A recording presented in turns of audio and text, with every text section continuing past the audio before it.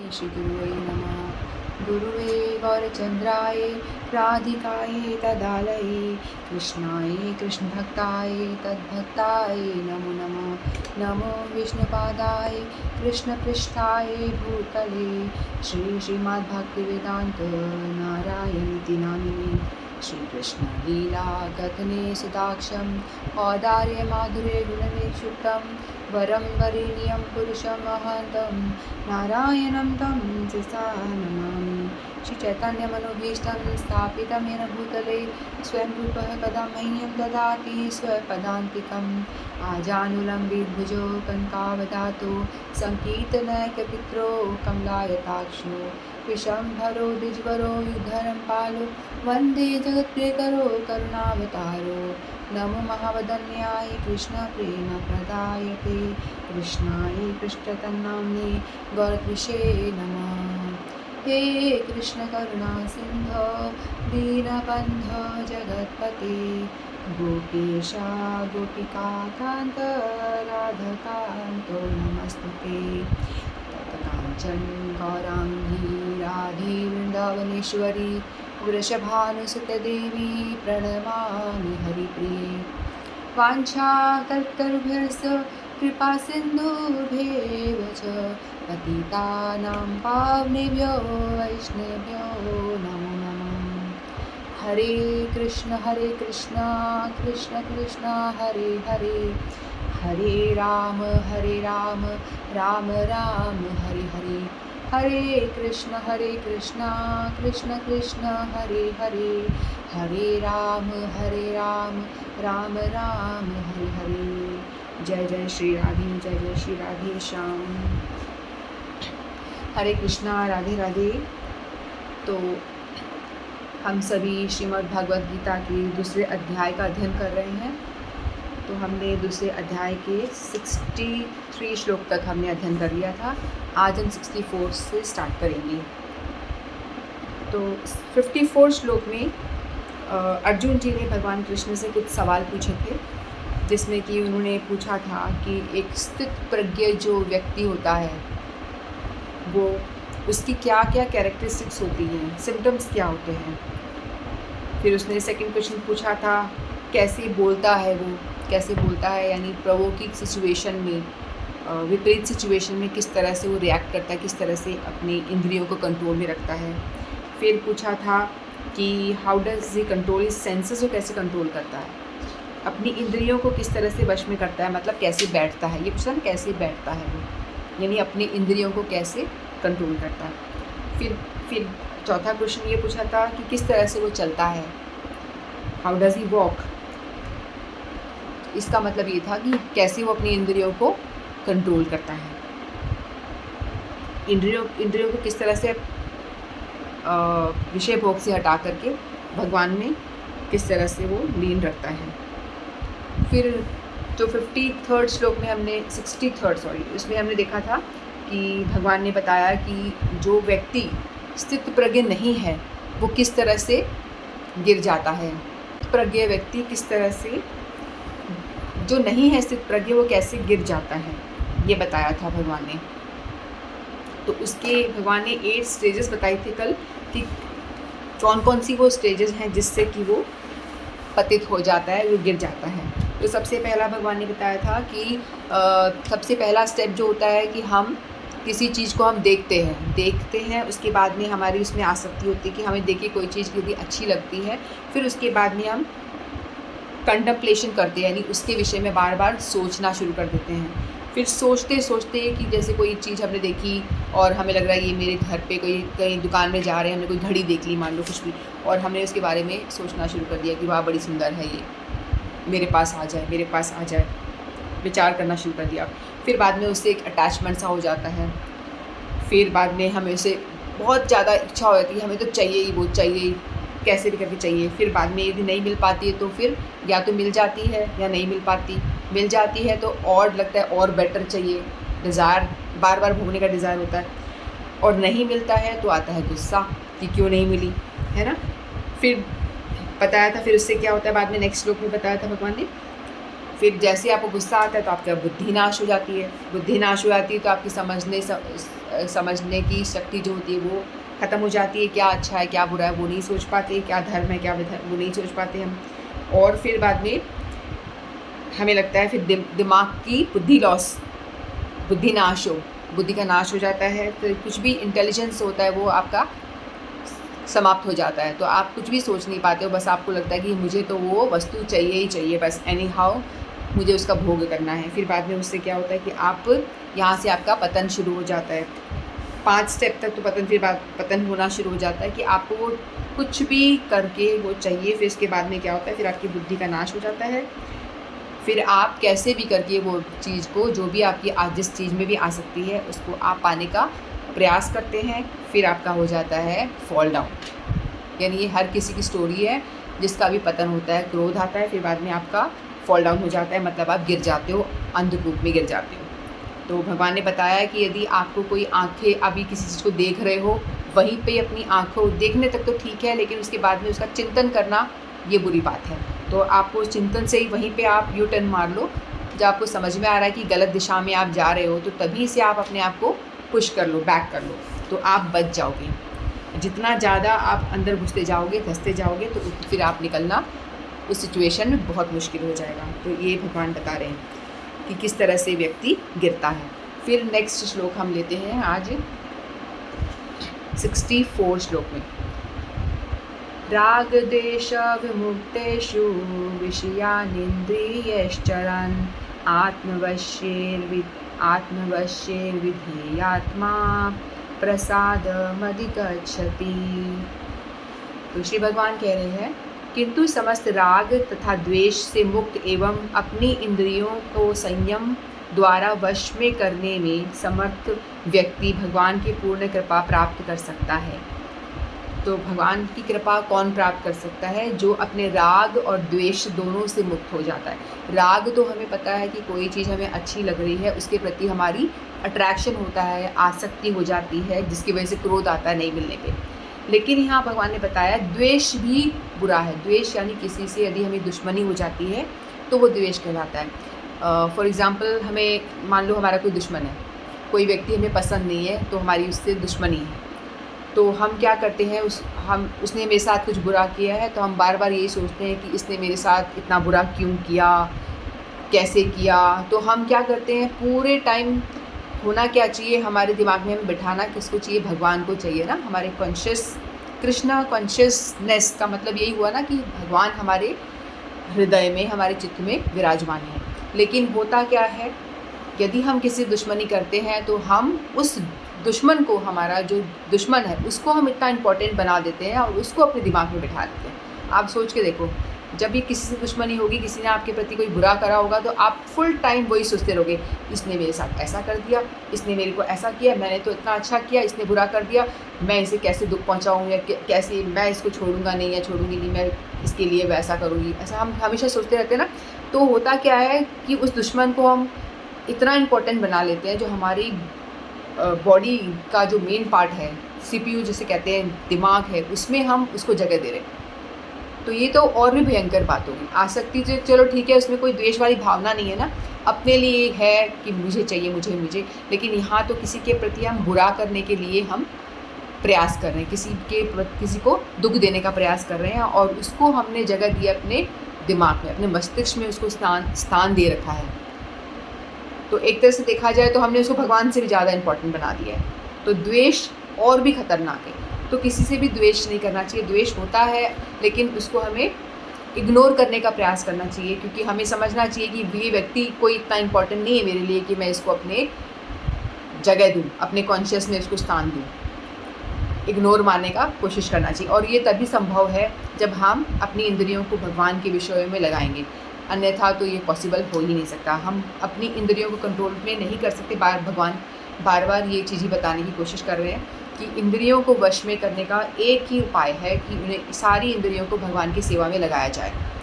10 की 10 इंद्रियों को, 5 ज्ञानेंद्रियाँ, 5 कर्मेंद्रियाँ, सभी को हम भगवान की सेवा में लगाने का प्रयास करें, तभी हम ये संभव हो पाएगा। हम दुश्मनों को भी तभी माफ़ कर पाएंगे, नहीं तो हम माफ़ नहीं कर सकते। हमें ये सोचना होगा कि छोड़ो, मुझे क्या करना है, इसने बुरा करा, इसके कर्म, इसने मेरे साथ गलत किया है तो वो इसकी प्रॉब्लम है। और हम ऐसे सोच के संतुष्ट हो जाएंगे यदि हमें कर्मों के बारे में थोड़ा बहुत हमने पढ़ा है ना, अभी थोड़ा समझ में आया है कि मेरे साथ ये बुरा इसलिए कर रहा है क्योंकि मैंने कुछ बुरा करा है, पास्ट लाइफ में कुछ मैंने इसके साथ बुरा किया, इसीलिए ये भी मेरे को इन रिटर्न बुरा कर रहा है। तो अच्छा है, चलो मेरा जो उसके ऊपर उधार जो कहते हैं ना, पाप वाला जो अकाउंट है वो थोड़ा कम हो गया, अच्छा है।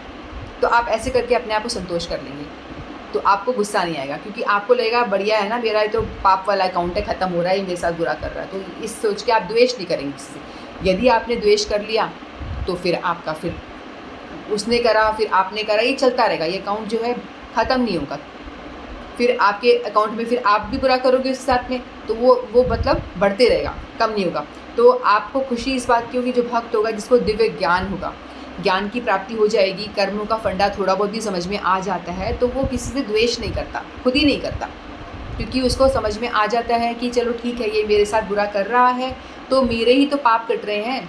भगवान ने कृपा करके ऐसा सौभाग्य दे दिया कि चलो मेरे पाप काट, इतनी आसानी से मेरे पाप कट रहा है, ये 2 गाली दे रहा है और सस्ते में मेरा पाप जो है कट रहा है। हो सकता है इसके बजाय मुझे कोई रोग हो जाता, भयंकर रोग हो जाता, ये तो और बुरा था ना।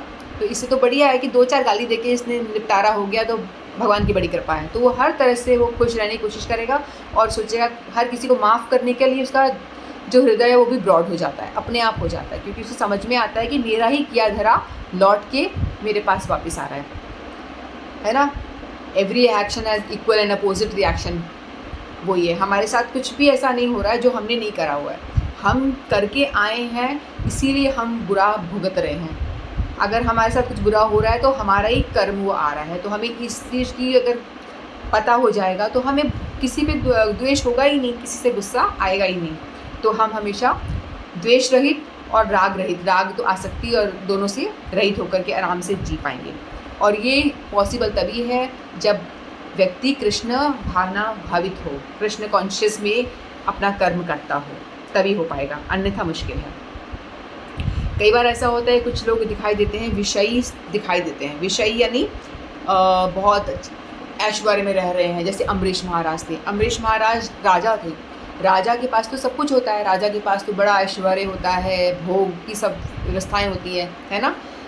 तो एक होता है, एक राजा जो है मटीरियलिस्टिक है, जिसको भगवान से जुड़ा हुआ नहीं है, तो वो सारे भोग में लिप्त हो जाएगा, सब आनंद में, और हर चीज़ का कारण खुद ही को मानेगा कि मैंने ही ये एम्पायर खड़ा किया है, मैं राजा हूँ, मैंने ही इस बलबूते पे ये सब खड़ा करा है, ऐसा उसके अंदर भाव आ जाएगा। लेकिन जो व्यक्ति भक्त होगा, जैसे अम्बरीश महाराज राजा थे, उनके पास में सारे भोग थे, भोगों का पूरा भंडार था, लेकिन वो भोग रहे थे, सब कुछ भोग रहे थे, लेकिन फिर भी वो उस चीज़ में लिप्त नहीं होते थे। दिखता था कि ये व्यक्ति भोगी है, सारे भोग हैं, लेकिन वो उस चीज़ से डिटैच रहता ना। तो इस तरह से भगवान जैसे अर्जुन को कह रहे हैं ना, आप युद्ध करो लेकिन मेरे लिए युद्ध करो, तुम्हें युद्ध मेरे लिए करना है, लेकिन आपका अटैचमेंट उस युद्ध से नहीं हो, क्योंकि आपका उसको रिज़ल्ट का आपको कोई अटैचमेंट नहीं होना चाहिए कि मैं जीतूँगा तो मुझे ये मिलेगा, मैं ये रिज़ल्ट पे आप आसक्त मत रहो, ये भगवान कह रहे हैं। तो हम लोगों को भी भगवान ऐसा कह रहे हैं कि विषयों में रहो, भले आप विषय सब चीज़ का भोग भी कर लो, लेकिन उससे आसक्त मत हो। हर चीज़ भगवान ने आपको आपके पुण्यवश आपके पास में यदि कुछ धन दौलत भी आ रही है तो उससे आप आसक्ति से रहित होकर उसका भोग करो। अपने आप को कारण मत जानो कि मेरी कृपा से, मेरी वजह से ये मैंने ये कमाया है, मैं बहुत ही इंटेलिजेंट हूँ, या मेरे अंदर बहुत वो है, बुद्धि है, तो मैं इतनी बढ़िया जॉब मुझे मिल गई है, या कुछ ऐसा कुछ नहीं होता है। आपको वही मिलता है जो आपको मिलना होता है। ऐसा भी हो सकता है जॉब और भी बहुत सारे लोग हैं जो आपसे भी ब्रिलियंट इंटेलिजेंट है, वो जॉब के लिए अप्लाई करते हैं, उन्हें नहीं मिल पाता क्योंकि उनको वो नहीं मिलना होता है। आपको मिल गया है तो कृपा भगवान की मानो, आपका इसमें कुछ नहीं है। आप कोई ऐसा नहीं कि आप कोई बहुत बड़े योग्य हो, ऐसा कभी नहीं समझना चाहिए। तो ये भगवान कह रहे विषय स्तर पर क्यों ना दिखे, किंतु कृष्ण भावना भावित होने से वह विषय कर्मों में आसक्त नहीं होता, क्योंकि वो जो भी काम कर रहा होता है भगवान के लिए कर रहा होता है। उसका एकमात्र उद्देश्य तो कृष्ण को प्रसन्न करना रहता है, अन्य कुछ नहीं। अतः वह समस्त आसक्ति तथा विरक्ति से मुक्त होता है। उसको कोई मतलब नहीं है, हो ना हो, उसका बस एक ही इंटेंशन होता है कि अपने आप को वो फुल सरेंडर करे भगवान की ओर और अपनी सारी इंद्रियों से भगवान की सेवा में लगा रहे। उसका एक ही उद्देश्य होता है। तो कृष्ण की इच्छा होने पर वह सामान्य, देखो एक होता है कि हमें कोई काम करना अच्छा लग रहा है तो हम वो काम करते हैं, लेकिन जो व्यक्ति कृष्णा कॉन्शियस होता है ना, वो वाला व्यक्ति वही काम करता है जो भगवान को पसंद है, चाहे वो काम उसे पसंद हो ना हो। भगवान को पसंद है तो वो करेगा, चाहे वो काम उसे खुद को बहुत पसंद हो, लेकिन भगवान को नहीं पसंद है तो वो नहीं करेगा। भगवान की मर्जी में ही उसकी हाँ, भगवान की मर्जी में ही उसकी ना, चाहे उसकी मर्जी कुछ मायने नहीं रखती। जैसे कि अर्जुन का था, अर्जुन तो युद्ध करना बिल्कुल नहीं चाह रहे थे ना, वो तो चाह ही नहीं रहे थे, उनके हिसाब से तो युद्ध करना बेकार चीज़ है, नहीं करना वैसे युद्ध। लेकिन लास्ट में उन्होंने अपनी मर्जी को भगवान की मर्जी से जोड़ दिया कि भगवान आप चाहते हो युद्ध करूं तो ठीक है, मैं युद्ध करूंगा। आप चाहते हो मैं अपने गुरुवर को मारूं, अपने दादाजी को मारूं, तो मैं मार दूंगा, क्योंकि आप चाहते हो। तो वो हर काम, चाहे वो चाहे या ना चाहे, वो सिर्फ वही करता है जो भगवान चाहते हैं। और हमें पता कैसे चलेगा? भगवद गीता को पढ़ेंगे, क्या क्या बातें कही गई हैं, हमारे लिए इंस्ट्रक्शन है, ये मैनुअल है, लाइफ मैनुअल है, कैसे जीना है, तभी हम समझ पाएंगे कि भगवान हम लोगों से भी भगवान की क्या एक्सपेक्टेशन है। ये जो हम पढ़ रहे हैं ना, तो हमको भगवान बता रहे हैं कि आपके लिए है, अर्जुन को माध्यम करके हमारे लिए है ये सब चीज़ें, कि हमें क्या करना है और क्या नहीं करना है। तो इस हिसाब से चलेंगे तो प्रॉब्लम्स ज़्यादा नहीं आएंगी, आराम से हम रह पाएंगे। केवल कृष्ण के निर्देश के अनुसार ही कार्य करता है वह व्यक्ति। यदि चेतना भगवान की अहेतु की कृपा है, उसकी भक्ति प्राप्ति भक्त की इंद्रियों में आसक्त होते हुए भी हो सकती है। तो बस कहने का मतलब ये है कि पूरी तरह से इंद्रियों को भगवान में सेवा में लगा देना चाहिए, भगवान की इच्छा के हिसाब से चलो। अब हम 64 श्लोक लेंगे। प्रसादे सर्व दुखानां हानिरस्योपजायते प्रसन्न चेतसो हयाशु बुद्धि पर्यवतिष्ठते। तो श्री भगवान जी कह रहे हैं, इस प्रकार से कृष्ण भावनाव्रत में तुष्ट व्यक्ति के लिए संसार के तीनों ताप नष्ट हो जाते हैं और ऐसी तुष्ट चेतना होने पर उसकी बुद्धि शीघ्र ही स्थिर हो जाती है। तो वही भगवान बात बता रहे हैं कि जो व्यक्ति कृष्ण भावना भावित हो जाता है, उसके लिए कोई प्रॉब्लम्स नहीं होती, ना कोई राग, ना कोई किसी से वो द्वेष करता है, क्योंकि वो अपने आप को समझा लेता है, अपने मन को समझा लेता है। कोई ऐसे कहता है, कई ऐसे पूछता है कि देखो आप तो भक्त हो, भक्तों की लाइफ में प्रॉब्लम्स नहीं आनी चाहिए, हम तो रोज़ चैंटिंग कर रहे हैं, 16 राउंड्स कर रहे हैं, सब कुछ कर रहे हैं, कर क्यों रहे हैं? कि हमारे लाइफ में कोई प्रॉब्लम ना आए, हम आराम से जीवन हमारा चलता रहे, हमें सब प्रोग्रेस मिलता रहे, जो भी हम करें उसमें हमको प्रोग्रेस मिले।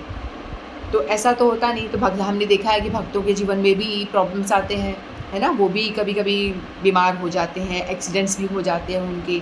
कई दफ़ा उनको कोरोना में भी कई मर गए थे भक्त होते। तो मेरे दिमाग में भी ऐसा प्रश्न है कि ऐसा क्या, ये तो इतना भक्ति में लगे हैं, सब कुछ है, तो फिर इनके साथ तो नहीं होना चाहिए, भगवान प्रोटेक्ट क्यों नहीं करते इनको? ऐसा भाव आता है मन में। तो इसका जवाब सिंपल सा ये है कि हर कोई व्यक्ति जो है अपने कर्म करके आया होता है, भक्त भी है, वो आज भक्त है। आप लोग भक्त बनने का प्रयास कर रहे हैं, मैं और हम सब, तो पता ये ज़रूरी तो नहीं है कि लास्ट जन्म में हमने किस लेवल की भक्ति करी है, थोड़ा बहुत तो कुछ किया ही होगा, लेकिन बहुत कम था। लेकिन उसके साथ साथ में हमने बहुत सारे पाप भी तो किए हैं, तो उन पापों का, कर्मों का भी तो हमें मिलेगा ना कुछ ना कुछ। बस ये बात हो जाएगी, जहाँ उसको मिलना था बहुत ज़्यादा पनिशमेंट, तो उसको बहुत कम में हो जाएगा उसका हिसाब किताब। भक्ति करने से ये होता है कि आपका जो हिसाब किताब है ना, जो आपको सपोज़ आपके सर पे पहाड़ गिरना है बड़ा सारा, तो वो आपके सर पे एक कंकड़ के रूप में गिरेगा। चाहे वो एक्सीडेंट है, लेकिन हो सकता है उससे भयंकर उसके प्रारब्ध में होना होगा, लेकिन वो बहुत कम में निपट गया, क्योंकि वो भक्ति में लग गया है, भक्ति कर रहा है। तो भगवान ने उसको पनिशमेंट जो है बहुत रिड्यूस कर दिया है, जितना बड़ा उसको मिलना था उससे काफ़ी रिड्यूस करके एक कंकड़ के बराबर कर दिया है। जो हम फिर उसको भी हम बोल रहे हैं कि क्यों हुआ उसके साथ में, अरे भाई वो भी तो कई जन्म लेके आ चुका है ना, भक्त है तो क्या हुआ, लेकिन वो पहले हो सकता है नहीं हो, कई जन्मों पहले वो ना हो, है ना। तो जो पाप भी करे हैं उसने, तो उन सब का कर्मों का हिसाब किताब तो सबको ही भुगतना पड़ेगा। तो ये वाली बात है, तो इस भक्तों को भी आएगा। और एक और बात है, मान लो चलो उसके पास दिख रहा है कि एक मटीरियलिस्टिक व्यक्ति है, उसको भी बीमार हो रहा है, एक वो व्यक्ति है जो कृष्ण भावना भावित व्यक्ति है वो भी बीमार हो रहा है, लेकिन दोनों में फिर भी अंतर होगा। उसके साथ भी परेशानियाँ आ रही हैं, उसके साथ भी परेशानी आ रही है, लेकिन जो एक मटीरियली एंगेज्ड व्यक्ति है वो विचलित हो जाएगा, परेशान हो जाएगा। उसका मेंटल स्तर जो है एकदम डगमगा जाएगा, मैं क्या करूँ क्या करूँ। कई दफ़ा तो ऐसा होता है कि वो लटक ही जाते हैं, फांसी पे अपने आप को चढ़ा। कितने केस देखे ना हमने, कितने ही पैसे होते हैं उनके पास में, खूब वेल सेटल। कितने एक्टर्स को देख लो, कितना पैसा है, कितना वेल सेटल, अच्छी ज़िंदगी है, प्रॉस्परस, सभी जानते हैं, फेमस है, लेकिन तो भी वो फांसी लगा लेते हैं। कई बच्चे स्टूडेंट होते हैं, पढ़ाई में बहुत ब्रिलियंट होते हैं, हमेशा टॉपर है, लेकिन फिर भी वो लगा लेते हैं, फांसी लगा लेते हैं, मर जाते हैं। थोड़ा सा फेलियर आया, बर्दाश्त नहीं कर पाते और मर जाते हैं। तो कितनी गलत बात है। मतलब यदि साथ में इन सबको भी यदि स्पिरिचुअल ज्ञान भी मिला होता है ना साथ साथ में, तो वो अपने आप को अंदर से भी स्ट्रॉन्ग कर पाते। उनकी मतलब मटीरियली तो उनके पास सब कुछ है, लेकिन अंदर जो जीव है, हमारी आत्मा, उसको कौन फीड करेगा, उसके बारे में तो कोई सोचता ही नहीं है। और हमारी आत्मा का खाना जो है नाम, भगवान का नाम जप है, स्पिरिचुअली जो एक्टिविटी करते हैं वो सब है। यदि हम ये सब करते रहेंगे तो हम अंदर से स्ट्रॉन्ग होंगे, तो उसके बाद हमें फ़र्क नहीं पड़ेगा। तो क्योंकि हमारे पास दिव्य ज्ञान होगा, हमें पता है कि कोई बात नहीं मिल रहा है तो मेरे ही कर्म है ना, भगवान नहीं देना चाहते, कोई बात नहीं। वो हर चीज़ में संतुष्ट रहेगा, उसे प्रॉब्लम होगी ही नहीं। चाहे कैसी भी सिचुएशन आएगी, हर सिचुएशन को वो बोलेगा मेरे कर्म हैं, मेरे साथ बुरा हो रहा है, अरे तो मेरे ही तो कर्म हैं, किसी को क्या दोष दूँ मैं। किसी को दोष देगा ही नहीं, वो अपने को ही बोलेगा कि मेरे ही कर्म खराब हैं, मैं ही तो बुरा करके आया हूँ, इसीलिए तो इसने मुझे ऐसा किया, या मेरे साथ वाले ने ऐसा किया, मेरे साथ ये प्रॉब्लम हुई।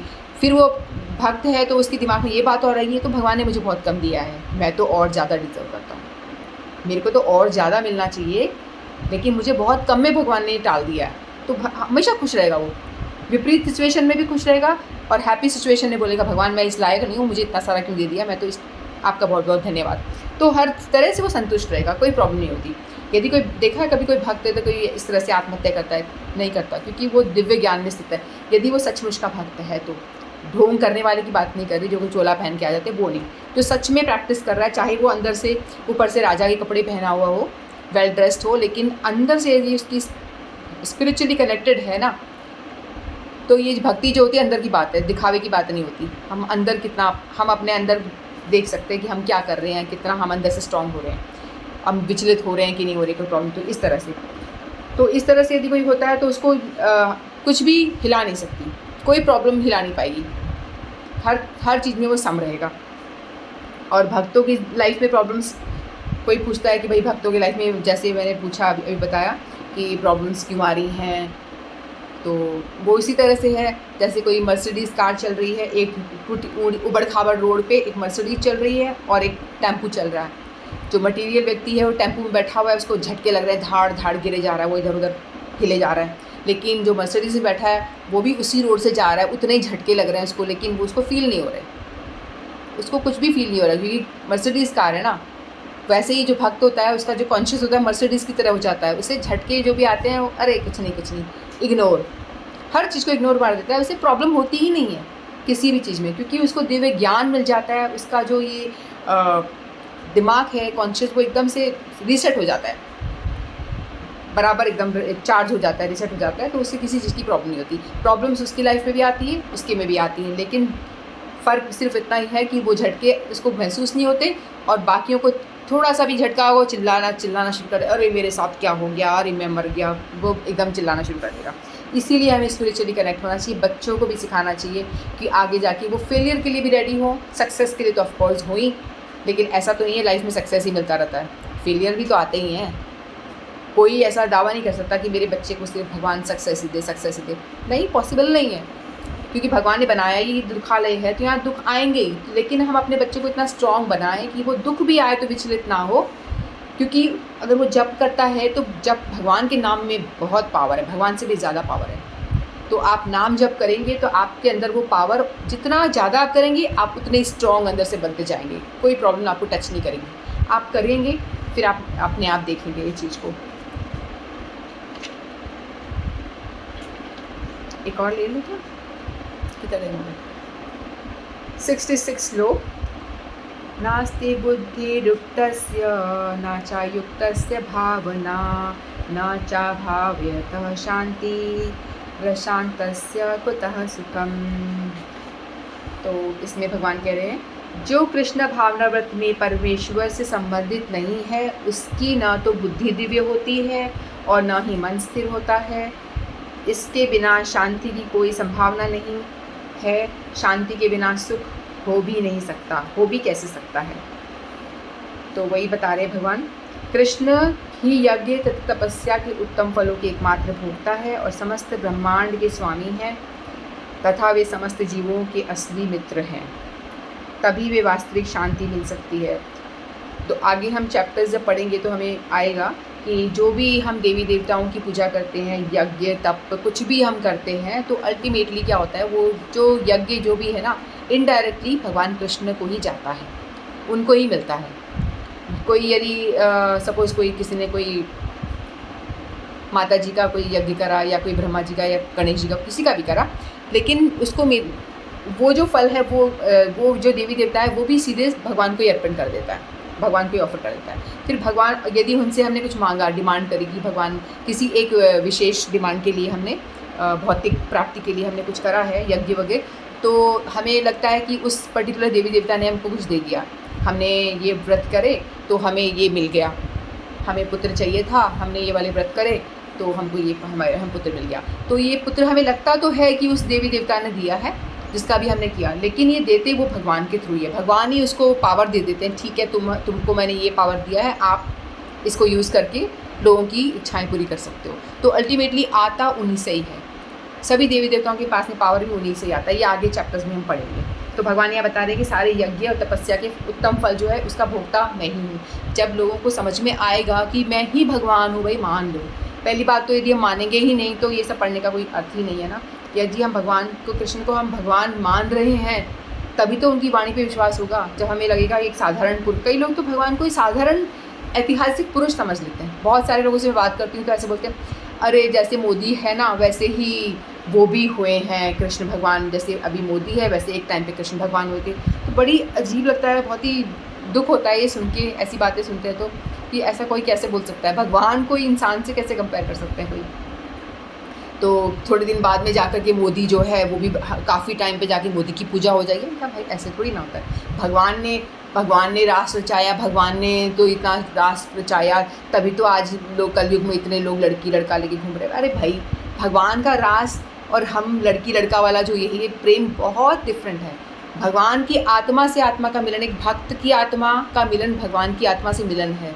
शारीरिक बात थोड़ी ना है, तो वो हम समझ नहीं पाते। जैसे एक भक्त होता है, वो भगवान के प्रति वो सोचता है, तो वो उनकी जो आत्मा मिलती है ना, रमण, भगवान में भक्त का रमण होता है हृदय में, तो उसको कहते हैं रास। ये नहीं होता है कि डांस करना है। डांस है, ऑफकोर्स डांस है, लेकिन वो तो दिव्य शरीर है उनका, आत्मा और शरीर में कोई अंतर नहीं होता है, वो अलग टॉपिक है। लेकिन वो हमें उससे कनेक्ट ना करें। कई लोग इस तरह की बातें करते हैं तो बहुत अजीब लगता है। भगवान ने रास करा तो हम भी करें, ऐसे आजकल के जो बेवकूफ़ लोग होते हैं। तो भगवान ने गोवर्धन पर्वत उठाया, तुम भी उठा लो भाई। चिटकी उंगली में उठाया, लेफ्ट हैंड की चिटकी उंगली में उठाया, आप भी उठा लो। भगवान रास कर रहे हैं, तुम रास कर लो, ये तुमने कर लिया तो चुटकी में गोवर्धन भी उठा लो। भगवान ने अग्नि पान कर ली, आप भी कर लो। आप तो भगवान के बराबर हो ना, भगवान को कॉपी करना चाहते हो।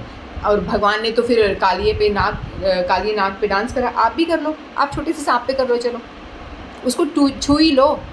जब तुम ये सब नहीं कर सकते तो भगवान के विषय में जो बहुत सारे लोग होते हैं ना, ऐसी बातें करते हैं तो बहुत ही बुरा लगता है कि क्या है, ऐसी बातें क्यों कर रहे हैं लोग, अजीब लगता है। तो अगर कोई ऐसी बोले तो हम भी उनको ऐसा जवाब दे सकते हैं कि मेरे साथ तो मैंने देखा है बहुत बार ऐसे लोग बातें करते हैं। तो भगवान को एक बोलते हैं ये तो कोई ऐतिहासिक पुरुष थे, उन्होंने प्रेम सिखाया है, इसीलिए कलयुग में लोग प्रेम प्रेम प्रेम कर रहे हैं। अरे भाई, वो प्रेम और ये प्रेम में बहुत अंतर है।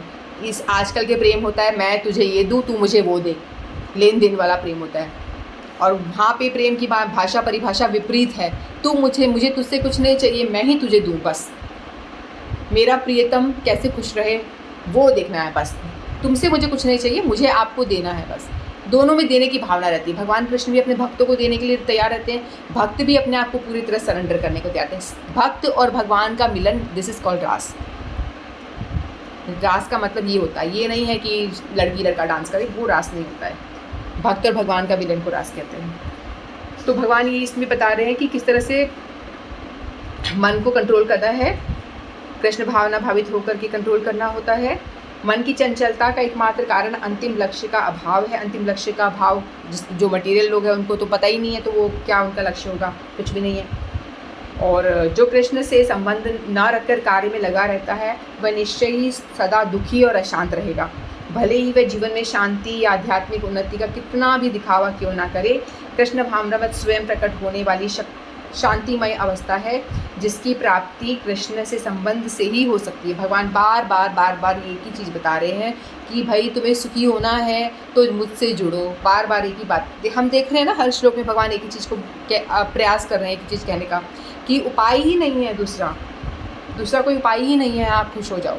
जब तक आप अपने आप को कनेक्ट नहीं करते हो भगवान से, चाहे तुम कितना ही पैसा कमा लो, कितना ही, कोई एक व्यक्ति है इसके पास बहुत डिग्री है, डॉक्टरेट है, उसने ये डिग्री ले ली, वो डिग्री ले ली, बैचलर्स, जो भी डिग्रियाँ हज़ारों डिग्रियाँ लेके रखी हैं उसने, बहुत पैसा है, खूब बड़ी बड़ी बिल्डिंग बना, सब कुछ है, ऐश्वर्य पूरा है, और बहुत सारे फ्रेंड्स भी हैं उसके पास में। फेसबुक पे भी फ्रेंड्स बहुत हैं, सोशल मीडिया पे हैं, और वैसे भी बहुत फ्रेंड्स हैं दिखावे के लिए। लेकिन कोई भी एक फ्रेंड ऐसा नहीं है जो उससे सचमुच का फ्रेंड हो। तो भी वो अशांत रहेगा। देखने में सब कुछ है लेकिन वो अशांत क्यों है? क्योंकि ये सारी चीज़ें तुम्हें सुख प्रदान नहीं करेंगी। आप मटीरियल चीज़ें कितना ही ले लो, आप सुखी नहीं हो सकते हो। तो आप सुखी तभी होगे जब अपनी इंद्रियों को भगवान की सेवा में लगाओगे। जब भगवान खुश रहेंगे तो ऑटोमेटिकली सभी खुश हो जाएंगे। एक पेड़ की जड़ में पानी डालोगे तो पूरे पेड़ में फल फूल आराम से लगेंगे और पूरा पेड़ सुखी हो जाएगा। वैसे ही भगवान कृष्ण की पूजा करेंगे तो सारी देवी देवताएं अपने आप खुश हो जाएंगी। किसी को अलग अलग से मनाने की ज़रूरत भी नहीं पड़ेगी और हमें भी कोई किसी तरह का कोई प्रॉब्लम नहीं होगी। तो यदि हमें दिव्य बुद्धि यानी भगवान के बारे में उसको लगाए रखना, स्थिर रखना, वो दिव्य बुद्धि होती है। तो अगर हमें सुख चाहिए तो हमें मन को स्थिर करना पड़ेगा। मन स्थिर कैसे होगा? जब हमारी बुद्धि दिव्य हो जाएगी, जब हमारी बुद्धि में ये बातें समझ में आएंगी कि भाई भगवान से हमें कनेक्ट होना है, तभी हम सुखी हो पाएंगे। और ये सारी बातें जो ऐसा है कि हम सोचते हैं ये हिंदू के ग्रंथ में लिखा है, हिंदुओं का ग्रंथ है ये, तो ये बातें ये सेक्युलर है, ये सेक्युलर साइंस है, सबके लिए है। ऐसा तो नहीं है कि हमारे अंदर आत्मा है, मुसलमान में आत्मा नहीं है। ऐसा भी नहीं है कि क्रिश्चियंस में आत्मा नहीं है। हम क्यों माने इसको? अरे ये तो जीवन जीने की कला बता रहे हैं ना, कैसे आप अपने आप को सुखी रख पाते हो, वो कला बता रहे हैं ना आपको। जीवन को किस तरह से जीना है वो कला बताई जा रही है। तो यदि आपको सुखी रहना है तो भगवान कृष्ण को आप भगवान मान लो और वैसा वैसा करो। नहीं रहना है तो कोई बात नहीं, आप जैसे रोज तड़प रहे हो, अपने प्रॉब्लम्स में हो, रहो ऐसे ही। तो ये कला है कैसे हमको अपने राग द्वेष को ओवरकम करना है, अपने दुखों को कैसे ओवरकम करना है, किस तरह से अपने कॉन्शियस को स्थिर रखना है, ये सारी बातें बताई जाती हैं। तो ये सब हम करेंगे तो हम अपने आप ही हमारा लाइफ बिल्कुल स्मूथ ही चलेगी, किसी तरह की कोई प्रॉब्लम नहीं आएगी हमें और हम अच्छे से जी पाएंगे। तो आज इतना ही कह के मैं अपनी वाणी को विराम देती हूँ। वाञ्छाकल्पतरुभ्यश्च कृपा सिन्धुभ्येव च पतितानां पावनेभ्यो वैष्णवेभ्यो नमो नमः। श्रीमद् भागवत गीता की जय, समस्त भक्तवृंद की जय। हरे कृष्णा।